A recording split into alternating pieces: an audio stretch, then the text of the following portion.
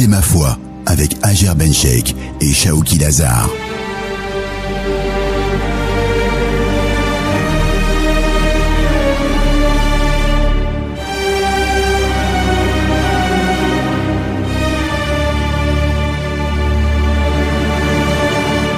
Bonjour à toutes et à tous, très heureuse de vous retrouver sur les ondes d'Orix FM pour un nouveau numéro de notre chronique La vérité ma foi. Nous accueillons au studio Dr Shaouki Lazar, professeur d'études islamiques à Qatar University. Bonjour docteur. Bonjour Hajer. Alors docteur, la question du jour, on peut lire le Coran et jeûner pour les morts, vrai ou faux? Écoutez Hajer, il y a tout d'abord consensus entre les savants que le mort peut bénéficier de la récompense des invocations qu'on lui fait et de l'aumône qu'on fait à son nom. Ici, il n'y a pas de divergence concernant les invocations et l'aumône. Sur les autres actes d'adoration surérogatoires, comme la prière, le jeûne, la lecture du Coran, etc., il y a divergence. Il y a d'un côté l'avis de l'imam Abu Hanifa, de l'imam Ahmed, de Ibn Taymiyyah aussi, de certains Shafi'ites, qui disent que le mort peut bénéficier de toutes ces actions-là. Donc si on fait une prière surérogatoire ou qu'on jeûne ou qu'on lit le Coran et qu'on dédie la récompense à un mort, eh bien ce mort pourra bénéficier de cette récompense selon l'avis de ces savants.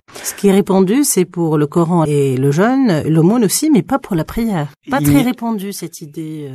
Tout à fait, mais ici, ils disent tout acte d'adoration surérogatoire, selon cet avis. Selon une autre avis, celle de l'imam Malik, celle de l'imam Shafi'i, eh bien, ils disent que cela n'arrive pas, la récompense n'arrive pas jusqu'aux morts. Et l'argument de ces derniers, c'est que le Coran nous dit وَأَلَّا تَزِرُ وَازِرَةٌ وِزْرَ أُخْرَى وَأَن لَيْسَ لِلْإِنسَانِ إِلَّا مَا سَعَى, c'est-à-dire n'obtiendra que le fruit de ses efforts. لَيْسَ لِلْإِنسَانِ إِلَّا مَا سَعَى. Il n'aura, le jour du jugement dernier, que le fruit de ce qu'il a fait lui-même. Maintenant, l'opinion la plus probante, la plus correcte, c'est qu'en vérité, il peut bénéficier de ses actions. Pourquoi? Parce que ce verset, en vérité, on peut pas le comprendre dans l'absolu, car on sait que le mort peut bénéficier des invocations d'un étranger. Si un étranger fait des invocations pour quelqu'un, il peut bénéficier de la rétribution, de la récompense de ses invocations. Or, ici, ces invocations ne sont pas les fruits de ses actions. C'est pas lui qui les a faites.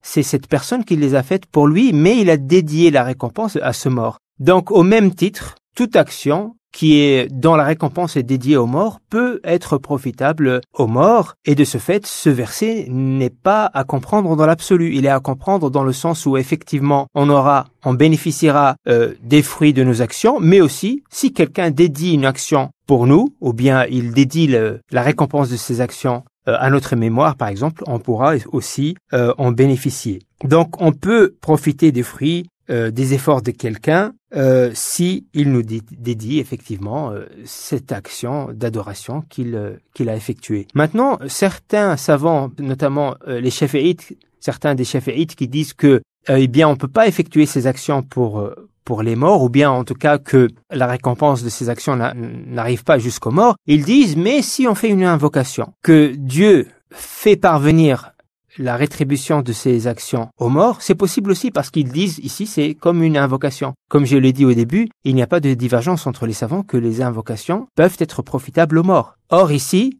si on fait l'invocation, que Dieu offre la récompense de ma prière surérogatoire ou de mon jeûne surérogatoire ou de ma lecture du Coran aux morts, il s'agit ici d'une invocation et c'est possible même pour ces savants-là qui disent que à la base on ne peut pas faire ça pour un mort. La vérité ma foi. Et qu'en est-il du petit pèlerinage et le pèlerinage, al-Umra ou al-Hajj? Eh bien, le Hajj, effectivement, c'est quelque chose d'obligatoire. Le petit pèlerinage, est-ce que c'est obligatoire ou non? Il y a débat entre les savants. Mais le Hajj, c'est une obligation dans tous les cas. Si la personne est morte avant d'avoir eu la possibilité de faire le Hajj, elle n'avait pas la possibilité parce que elle n'en avait pas les moyens matériels ou physiques, dans ce cas-là, on n'est pas tenu de faire le Hajj en son nom, même si on peut le faire. On peut le faire, mais de manière surérogatoire. Si elle est morte sans avoir effectué cette obligation alors qu'elle en avait les moyens, eh bien ici, ses proches sont tenus de le faire à sa place. Et il n'y a pas de divergence entre les savants à propos de ce sujet? Il y a des divergences, mais la majorité des savants disent qu'effectivement, on le fait à sa place. Et qu'en est-il du petit pèlerinage? Vous dites que c'est pas une obligation, c'est plutôt surérogatoire. Tout à fait, mais il y a débat entre les savants. Certains savants disent que c'est une obligation. C'est une obligation, mais on peut l'effectuer. Parce que le Coran nous dit wa atimmul hajja wal umrata lillah. Et certains disent que ce verset indique que les deux sont obligatoires. Maintenant, est-ce qu'on peut faire la umrah pour quelqu'un qui est mort? Oui, on peut le faire. Plusieurs fois possible chaque année, par exemple? On peut le faire, comme je l'ai dit, l'opinion des savants que j'ai évoqués, notamment l'imam Abu Hanifa, l'imam Ahmad, certains Shafi'ites, Ibn Taymiyyah et beaucoup d'autres, disent que tout acte d'adoration surérogatoire peut être profitable aux morts et peut être dédié à la mémoire du mort. Mais il faut que j'ai déjà fait moi-même mon propre pèlerinage avant de penser à celui d'un parent mort. Tout à fait. Dr Shawqi Al-Azhar, professeur d'études islamiques à Qatar University, merci pour toutes ces précisions.